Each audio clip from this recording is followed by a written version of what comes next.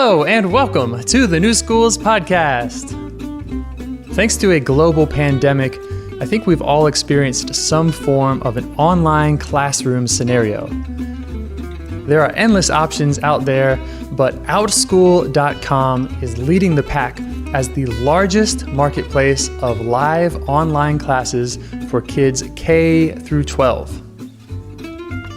As of this recording in January 2021, their website is touting 100,000 plus video chat classes in 200 countries with 500,000 learners, as well as $45 million in teacher earnings. And Outschool has all types of courses: coding, engineering, design, cooking, and drawing, along with traditional core classes like algebra and world history. Today you'll get to look inside the mind of the founder and CEO of Outschool, Amir Nathoo. Amir previously developed software for Square, the very successful mobile payment company. Before that, he was the CEO and co-founder of Trigger.io, providing simpler tools for developers of mobile apps. And before that, he was a developer and consultant for IBM. Amir holds a master's in electrical and information sciences from the University of Cambridge, and he has a 2-year-old son. Today you'll learn about Outschool's best-selling courses and the teaching staff community which you can join. Outschool does not require formal teaching credentials and reports that teachers earn an average of $50 per hour taught. In this episode, Amir also shares tips for parents in choosing online classes, some thoughts on screen time in general, and what we can do to re-engineer schools for the 21st century. I hope you enjoy the show. Now here's your host, Shannon Falkenstein and Amir Nathoo. Hello, Amir Nathoo, and welcome to the New Schools Podcast. We're so happy to have you here today. I'm excited to be here talking to you. Thank you. Wonderful. So for those in the audience who aren't familiar with Outschool, could you just give us your elevator pitch? Yes, absolutely. So Outschool is a marketplace of live online classes for kids. So these are classes that meet in small groups over video chat. Typically 3 to 8 students and a teacher will meet with all the participants joining from all over the country or all over the world to learn a topic that they're interested in. And because it's a marketplace, teachers get really creative and not only teach standard subjects, but things like learn architecture through Minecraft, learn Spanish by singing Taylor Swift songs in Spanish, Fortnite discussion group, learn about cat anatomy from a vet, all kinds of interest-based topics. And so, we've been very fortunate to help a lot of families who have moved to online learning during this time. Wow, that sounds amazing. So creative. Really great. So of all the people that I have interviewed on the New Schools Podcast, most of them started their alternative or innovative education journeys from the education side. But it seems that you came to Outschool from more of the technology and engineering disciplines. What motivated you to start Outschool? Well, that's right. I've come from technology and I've been in tech my whole career. But, my connection with education, aside from my own learning, was through my parents, both of whom were teachers in math and physics. And, so I've been thinking about applying technology in education for a lot of my career, and finally got to do so with Outschool. The other motivating factors were, my own experience with education and alternative education. I had a very standard education growing up in the UK, which was absolutely fantastic and gave me a great base. And I ended up studying engineering at Cambridge. But some of the most impactful learning experiences for me happened outside of school. And so when I was thinking about, my own son's education and what the future held, I realized that there was an opportunity to create more learning opportunities outside of regular school. And, that's where the name Outschool came from. And, the idea is to say, well, what are all the places where we can supplement local schools and fill in the gaps with subjects that aren't covered, or with learning styles that aren't so well served, or just if a kid just needs a different set of teachers and peers in order to really get something. And so all of those were motivating factors for Outschool. Fantastic. Give us an example of one of your experiences of learning that was very impactful but happened outside of regular school. I'll give a couple. One I talk about a lot because it just was so impactful for my career was my parents buying me a computer when I was age 5, a BBC Micro, and it was a toy. It was something to play computer games on, and it was new, this computer thing. And my dad was kind of a tinkerer, being a physicist, so he liked the gadgets, and so he got that for me. And back in those days, to play games, you had to kind of be on the command line, and it came with a manual teaching how to program. And my parents spotted that I was starting to teach myself how to program, and I was really getting into it. And so they found me resources outside of school in order to pursue that interest, and found me a retired economics professor who was starting to teach computer science. So I actually got a qualification in computer science at a very young age, I think age 12. That experience happened completely outside of school, and yet I've built an entire career on it. And of course, my parents at the time didn't expect that was how it was going to turn out, but it reflected their approach of helping me pursue interests, many of which were just fun, but some of which turned out to be really, really impactful and important. And that has led me to have a strong belief in the value of helping kids pursue interests, both for their motivation and empowerment, which, above all else, I think will fuel academic success. But secondly, you just never know that what something seems like a toy today will become incredibly important economically in the future. Yes, I very much relate to that. I also relate to so many people that I've talked to in the sort of alternative or innovative education space have a history of having someone in their life who was a tinkerer, because it really helped them learn how to solve problems and to develop that everyday sense of mechanics, how do things fit together, deciding to solve a problem or fix something. And wow, that's really interesting that you said that. Tell us about you. So you have this love for computers and a history with computers. How will you handle screenings and technology, do you think, with your own child?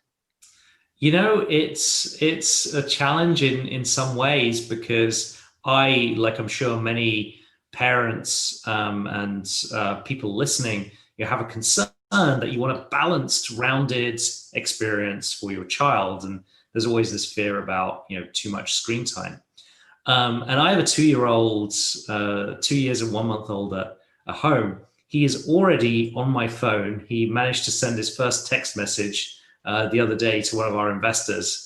I thought he was just looking through photos, which he's also very adept at, looking through his own baby photos. And he's starting to get familiar with some apps, and he lets out this cackle of glee when he's just sitting there with a phone screen, wondering which icon to click and hovering his finger over each one.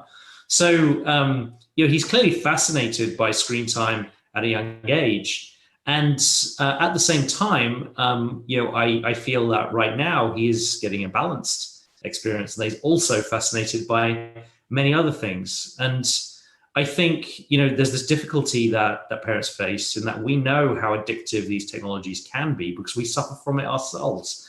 And it's really no wonder that my son is fascinated by the phone, because, for all my own discipline, he sees me on it. He sees that I work on my computer all day.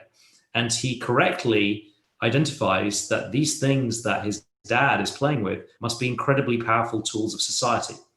So, while I share a concern with, I'm sure, many parents, I also accept that he's right and he's perceptive. And I trust that he has recognized this, and that's driving his fascination to play. And I see it as my role to not necessarily restrict that, but instead try and feed his fascination in other things as well. And to make sure, through modeling of my own behavior and crafting his environments, that, as well as, sometimes going for my phone and grabbing it off me and starting to play with it, that he also gets fascinated by, his ball to play in the backyard and his physical toys and interacting verbally and socially with, myself and the rest of his family. So, that's how I approach it. But I recognize it's challenging, and all kids are different. So I think we should resist the idea of overgeneralization, that we can just come up with a recipe and that this is going to work for all kids.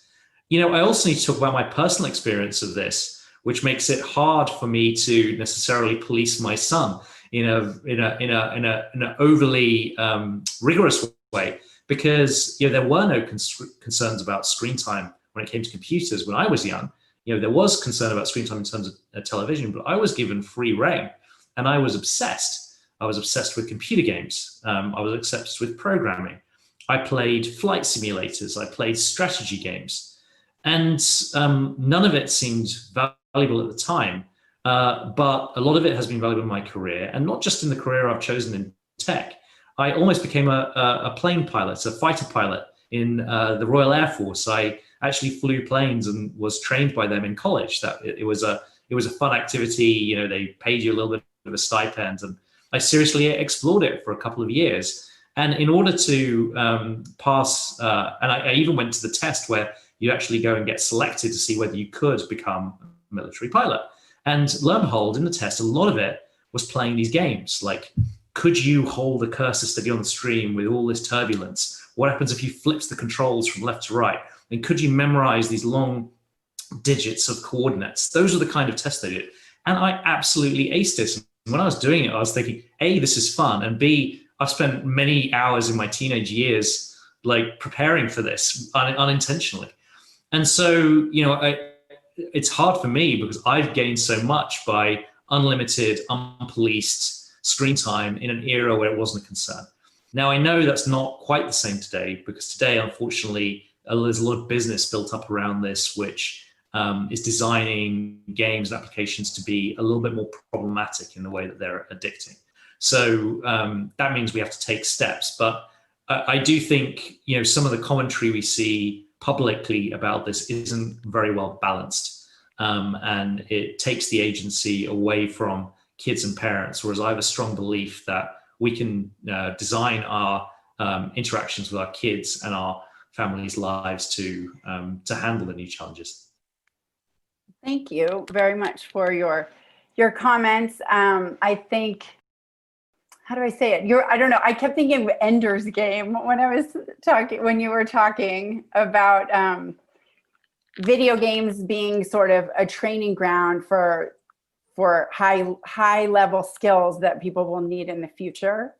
And that children who are drawn to doing those kind of things, it could be very well that they're just going through a deep process of learning. And I also really like your message of balance, because even if they are very interested in that, of course, they still need to take care of their bodies and, like you said, their interests, socialization, and things like that. So that is, I like your message of balance. And also of following the child, which is a maxim that I talk about practically every day, created by Maria Montessori. And it sounds like that's also very much your parents' philosophy and your own parenting philosophy, and Outschool's philosophy, because it allows children to decide what their interests are. And then you have this whole marketplace where they can sign up for the courses that they're interested in. From what I understand from what you're saying, Outschool, your goal is not to replace regular school, but to supplement it. Is that true?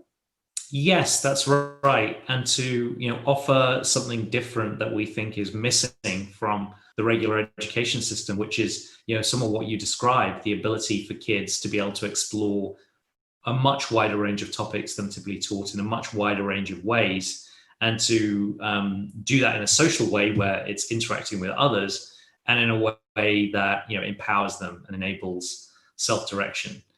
And we think the two together can be incredibly powerful, because I think it's really important that people have a common set of knowledge, and that we have some mechanism for making sure that people aren't left behind, and that we're able to track progress. And I think those are all the areas where the traditional education system is designed for, the idea of a central common curriculum and this common base.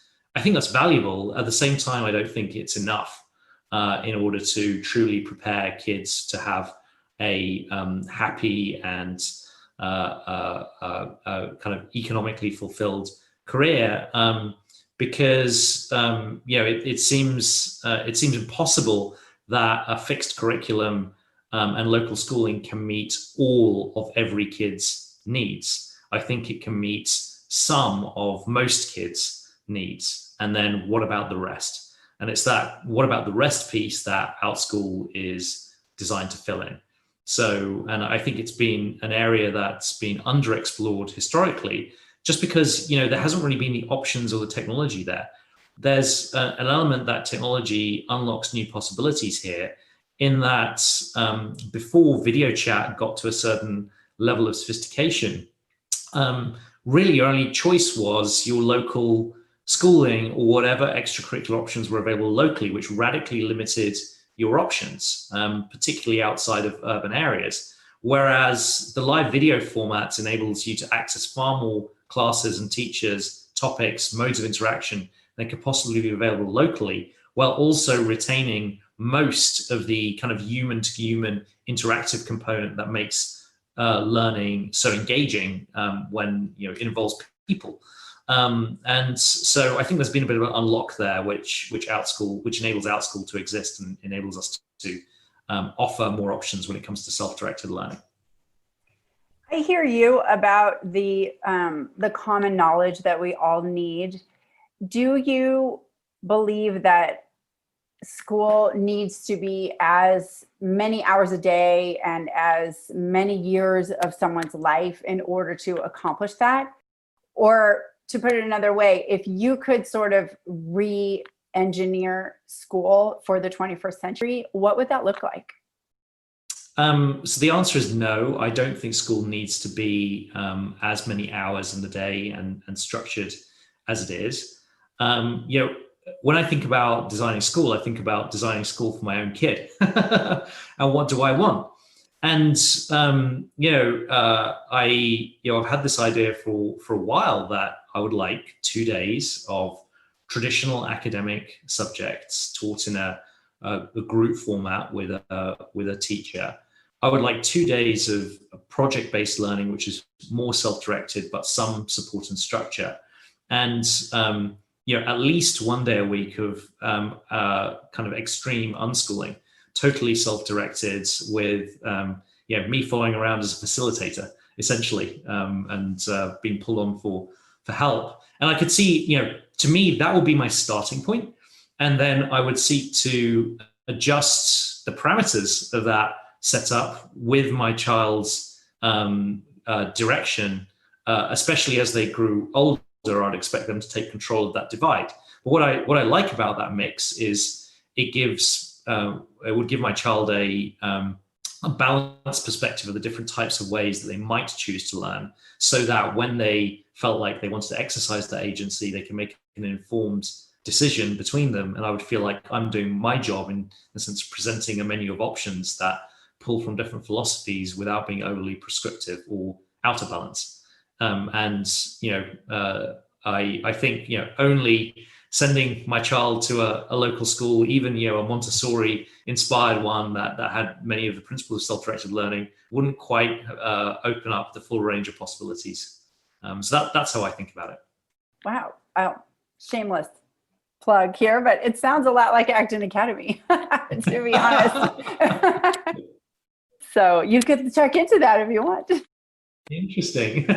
Yes, it is very much. It's like self-directed learning and then project-based learning, so ultimately so that children follow their own passions and then go on to their next great adventure, be that university or working or a gap year or investing in something. So it sounds very similar to what you're saying. And so many people, not just Acton, but so many of the people that I interview on the New Schools podcast sort of have also arrived at that, a similar structure that you're describing there, which I think is fascinating and very validating to each one of us, right? Because we're all kind of arriving at the same conclusion, and most of the people who've gotten there have done that by following children and what their own natural instincts are. So I find that to be extremely validating and hopeful for the future. How has the COVID pandemic impacted Outschool? I imagine it's been actually a boon for you. You know, the COVID pandemic has had a dramatic impact on Outschool. You know, at the start of the pandemic, we had 80,000 kids attend classes, and that was from when we first launched our first version of our product in 2017 through to March of 2020. We're now at over 600,000 kids having attended Outschool classes. Wow. And so, you know, the majority of those have joined us since March. So it's been absolutely dramatic, and we've had to scramble, especially in the early days of COVID during March, to just bring on more teachers, more staff in order to be able to handle it. And, you know, I'm very grateful that we've been able to help so many families, because what's driving that growth is families realizing that they need to take matters into their own hands if they want to keep their kids engaged with learning, because often the normal schooling choice hasn't been able to provide the same level of service, a full day's curriculum, or they just haven't been experienced in offering engaging online classes. So even if they are offering something, it's just not working for the kids. So many families have turned to us. And, you know, as well, in addition to the number of families, the nature of the families coming to us and how they're discovering us and what their background is has changed as well. You know, in the early days of Outschool, many families were coming from the secular homeschooling community and the alternative education community. You know, the typical early adopters of new educational tools, and we intentionally, you know, geared ourselves up to serve them, but always with this idea that we were trying to take the ideas of this community and take it mainstream and show this different types of learning to a far wider group of parents. And we were well on the way to doing that. So by the start of 2020, when we looked at the new parents coming to Outschool, about half of them were coming from the homeschooling communities or alternative education. Half were coming with kids in school wanting to supplement their education with interest-based topics. Now, the percentage is far higher of families who are coming to us who have kids in some form of schooling or would have them in some form of schooling if it weren't for COVID. And what's really interesting is there's a couple of things about this shift which I believe will last beyond the current crisis.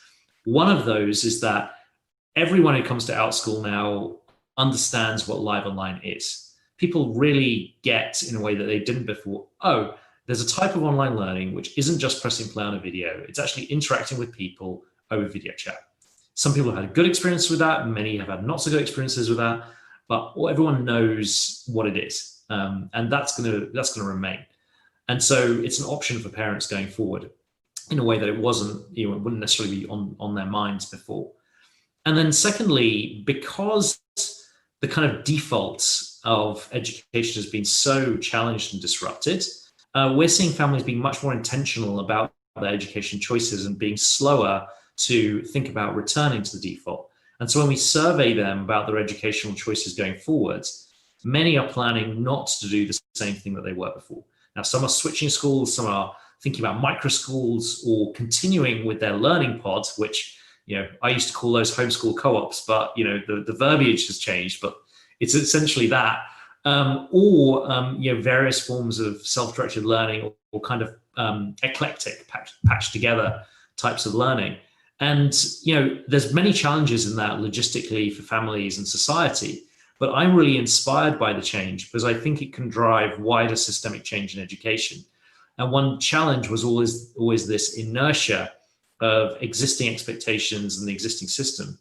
Whereas now when parents are faced with, you know, intentionally making choices and actually also seeing really upfront, up close what their schools are able to offer versus the alternatives, I think yeah, we can see we have the opportunity to see some widespread positive change. I don't want to you know, be Pollyanna-ish about this, because there are also serious societal challenges associated with it. Namely, what's going to happen to kids whose parents can't afford alternative options that are offered privately? How is the public school going to adapt given budgetary constraints, local politics, and new restrictions? Kids are being left behind and are learning at so much different paces in COVID. Like even after COVID's over, how are we going to deal with this difference in pace that kids have been learning at during this time, depending on how much resources they've had access to? I think it's going to be very, very difficult. But I do think there's some silver linings in there. Thank you. So students now have so many resources for self-directed learning, mainly online, but online, as we talked about, cannot deliver the same social, hands-on, or experiential learning that in real life communities can. What tips do you have right now, both for children and families that are inside because of COVID, and also in the future to get those needs met? Like, what would you counsel someone, or what will you do personally? There's this word hybrid, and I would say it again and again and again. Hybrid. Combine different modes of learning in order to achieve good balance. There are some options which are only available online or are very good to be done online. There are other things that are more challenging to do online. Any kind of hands-on project involving materials and or exercise and movements. There are online versions of that. Actually, you can do exercise in a group online, but you don't want to be sat in front of a computer all day. So it's really important to go for balance. And I also think of hybrid in terms of self-directed versus more structured. You can think about balancing those two aspects as well as the mode of online, offline. And I really think that's the future of education, is heading towards that balance. Unfortunately now, I think a lot of families will feel that they are overbalanced to the online side. So, I expect there to be a little bit of rebalancing when we can all hopefully get out into the open again and actually get back to some in-person learning in groups. But I think it'll be surprising how quickly people then go, oh, actually, I've got used to this new way of things. And not just in learning, in work.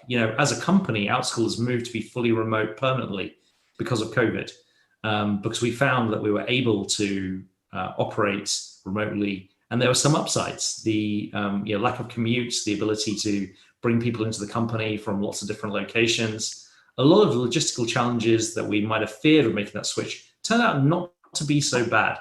And so I think people will be making lifestyle shifts which will actually help them pursue alternative education options in a way that might have been difficult with the workplace being as it was. That's a great point. Tell us more about your staff community. This is sort of like gig work for teachers? And if so, is this again supplemental for teachers, or should this be thought of as their main job? And if so, how do you deal with benefits and things like that? Is that something that you all are able to offer or not? And as you're hiring more and more teachers to go from 80,000 to 600,000 learners, how are you assuring quality of your instructors? Yeah, great question. So we have over 10,000 teachers now teaching through Outschool, which is incredible. That's up for 1,000 at the start of the pandemic. There's teachers are free to teach the classes that they want to teach. So they create the curriculum, they set the price of their class, and they set their hours. And we then vet the classes and the teachers. So there's an application process and a vetting process to ensure a base level of quality, but we don't restrict the creativity of teachers. So we don't say you must teach this curriculum. We say propose a class, and assuming it meets our bar for quality and is objective, secular, and age appropriate, we'll publish it, and then it'll be successful insofar as it meets parent and learner interests. There's a degree to which you can think of this as being gig economy, in the sense that teachers are independent contractors. They aren't having it's not like a salaried position. They don't have a guaranteed income. Instead, they're offering their services through the marketplace. The thing is, there's a few distinctions to typical gig economy companies.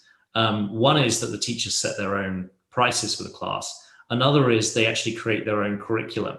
So they're not only selling their time, they're also selling their intellectual property as part of the class.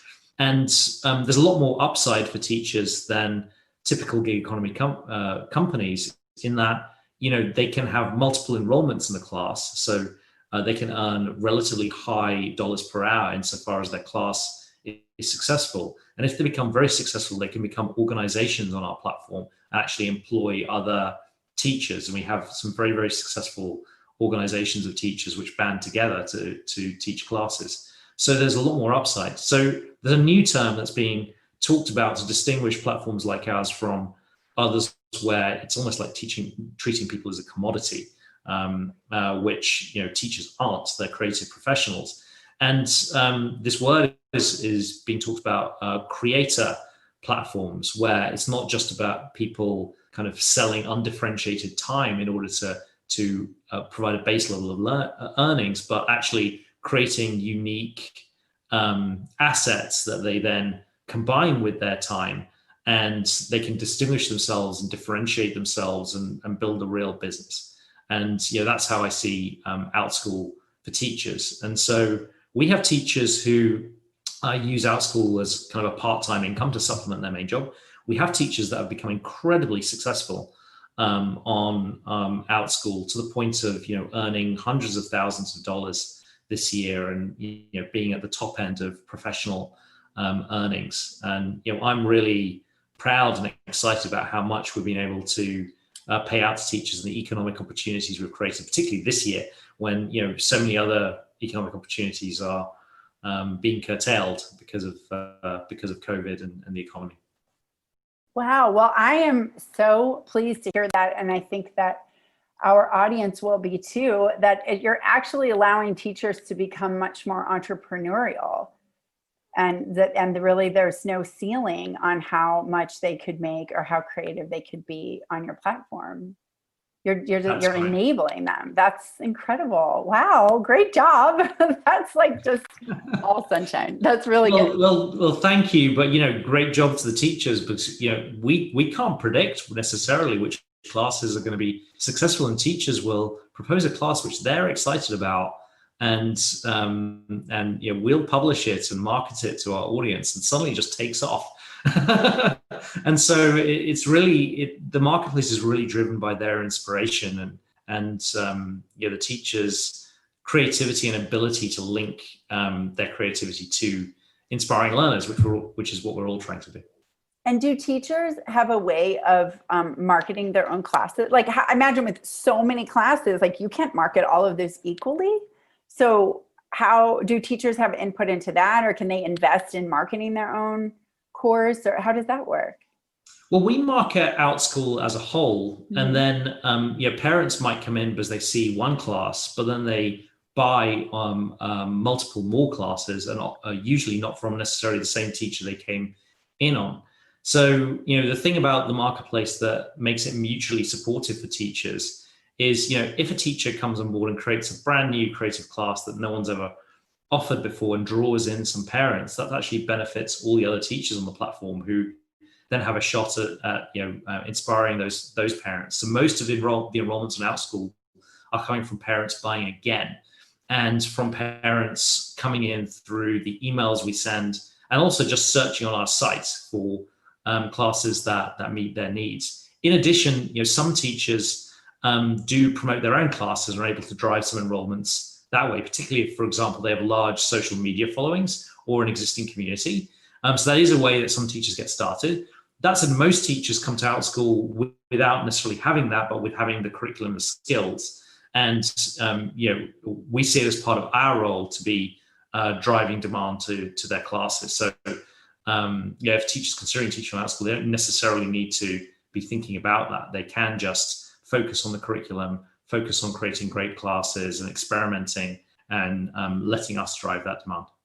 Wow, fantastic. So what is your top #1 selling class on Outschool? Ever? I actually can't tell you that because, I would say, well, let's go to our website and we have a most popular ranking on our listings. Okay. Let's go look at the most popular class. So you can go do that. The thing is that class will keep changing because they fill up. And so the most popular class right now is probably sold out. Okay. But the good news is that, we don't like to emphasize the most popular class or the one most popular teacher, because the reality is what's a great class for one kid is not necessarily the best class for another kid. And so what the most important thing is to use the site to find the perfect class for your kid and find the right group. So, we have 120,000 classes on Outschool, and I won't want to pick any one that's my favorite, but I shared a few of ones that have recently caught my eye. Another one is critical thinking through Dungeons and Dragons. I saw that the other day on my Instagram. Yeah, so it's a very, very popular class, and again, one that we would never have guessed would be such a popular class, and we've got teachers who've gone full time teaching on Outschool because that class has become so popular. So wow. I love that story. What tips do you have for parents in choosing online classes? So my #1 tip is involve your child. Of course. So either literally sit down with them on an iPad and browse through and see what catches their eye, or maybe create a short list and save a few classes to go through with your child later and let them pick the one that they want to take. So that'd be the #1 thing. The second thing is that it's really important that your child kind of gels and connects with the teacher and their style. So if it's possible, many of our classes have a video where the teacher will kind of present a little intro, and you're using those to detect whether it's going to be a good fit with your kid is really important. And also, messaging the teacher in advance and, checking in on any questions you have and expectations is really important to finding a good match. Great. And so I imagine pricing is different for each class depending on what the teacher charges, how many students there are. But could you give us kind of a range? Yeah, so typically we see teachers charging between $10 and $15 per hour. Sometimes it's a lot less, $5 and below for some larger classes, and it can go higher for some specialist classes, but generally that's the range. And so if it's a one-time class, you'll just be paying that, $10 to $15. If it's a repeating class, it might be that amount per week. Or if you buy a semester class, it might be a few $100s for the whole semester. Okay, great. I had the pleasure of interviewing Kelly Davis from Galileo a few weeks ago. How would you compare and contrast Outschool with Galileo? And is this the in-person camps? I'm not sure I'm fully familiar with Galileo. Oh, I'm so sorry. No. So Galileo is an online school, and it's similar to Outschool in that it's online. But and then they have things called nano degrees. So children can enroll in nano degrees that are kind of maybe 6-week projects. But they can also take math and reading and writing and science. And they can pay a yearly tuition, which I think is around $2,000 for the year, or $300 a month. And then they kind of have unlimited Galileo. And there are different teachers. Like I saw one of the classes was a National Geographic photographer that was teaching how to tell stories through photography, which is something I think you could see in Outschool as well. So I think they don't, I guess I'm answering the question for you, but they don't have nearly as many classes or as many students, but it's a similar, it's more like an online school, I think, that replaces regular school. Yeah, absolutely. Yeah, and I am familiar with that model, and there's a few that have become very successful recently as well. And the key distinguishing feature is the nature of our marketplace being so diverse in terms of the number of classes and the amount of content, and also the pay as you go nature. You can commit as little or as much as you like, anything from a one-time class to fill a very specific need or time slot, all the way through to a semester-long course. So it's that flexibility that we offer, as in contrast to a regular school, whether it's in person or online, which offers a smaller range of subjects, teachers, smaller community, but maybe more continuity. So I think they fulfill different needs, and we're very, very focused on enabling interest-based, self-directed learning through a huge variety of topics. Great. Well, thank you so much. So my final question always is to invite you to come up with a metaphor comparing what you're doing, Outschool, with conventional schooling. Great question. It's one I've thought about actually before, and I even wrote a little bit about this. So this one I'm really, really glad to share. I think of an analogy to the education system being the transportation system. And I think of regular school and the typical classes and curriculum as being like the journeys from large train hubs.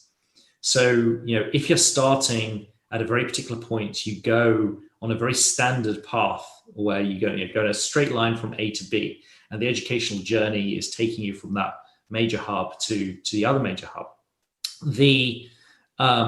Which is great for as an efficient transportation mechanism. The challenge is that you, as a person using the system, you're not all starting from the same place. You're starting from your own home, and you somehow need to get to that hub, train station or airport. You could use planes as another analogy, and you also have trouble at the other side. Once you arrive at your destination, you might have different life and career goals. You need a little bit extra or a little bit different. And so, you take a cab, or you drive, or you use a whole variety of different transportation options in order to get to the train hub or get to the airport. And, that's how I see Outschool fitting in. You have schools that are designed to take kids down these very standard, well-trodden paths. And you have Outschool, which is designed to fill in all the rest and provide kind of the last mile of education, is sometimes how I describe it. Okay, so this is so interesting because I was speaking to, I think it was Blake Bowles. Are you familiar with Blake? He's I've read of some of his writing. Yeah, he's wonderful. His latest book is Why Are You Still Sending Your Kids to School? And it's a real question. He's not being snarky. I think that he also used the train tracks as a metaphor when I asked him. Oh, interesting. Yeah, but I think he was referring, I believe, I could be remembering incorrectly, but that the tracks were fixed, in the ground. So you couldn't decide where you were going. You had to go where the train was going. So then he compared self-directed learning to be like, well, you're getting in your own car and driving. And but I see returning to your theme of balance, are valuing still where the train is going, that those tracks are there for a very good reason, and that the train needs to go to that place, but that getting to the train station and getting home from the train station require more self-directed and customizable ways of traveling or ways of learning, things to learn, right? So am I getting it right?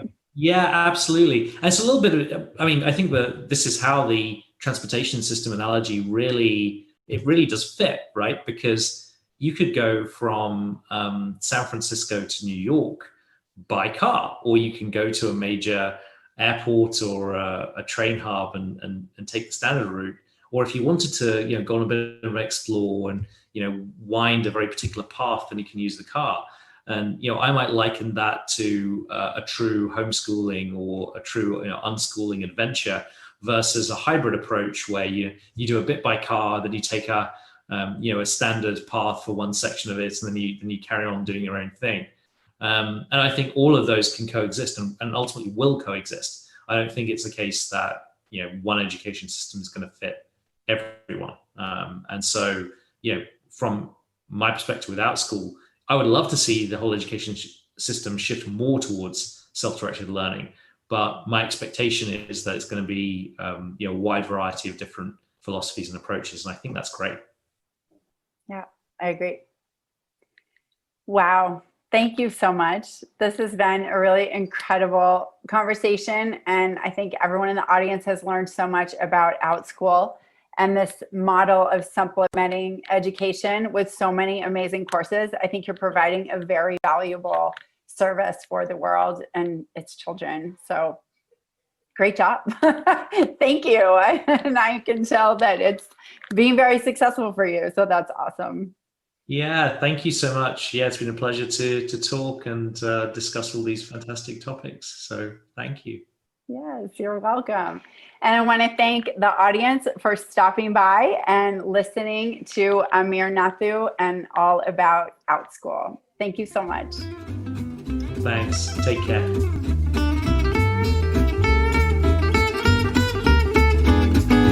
Thanks for listening to the New Schools podcast. Tell a friend. Previous episodes and show notes, including any books or websites our guests recommend, can be found at thenewschools.com. If you're a parent who is looking for a new school for your family, send us a message. We would love to help.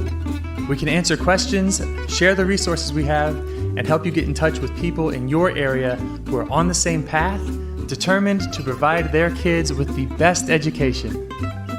It's wildly important work. Thank you for doing it, and we'll see you next time.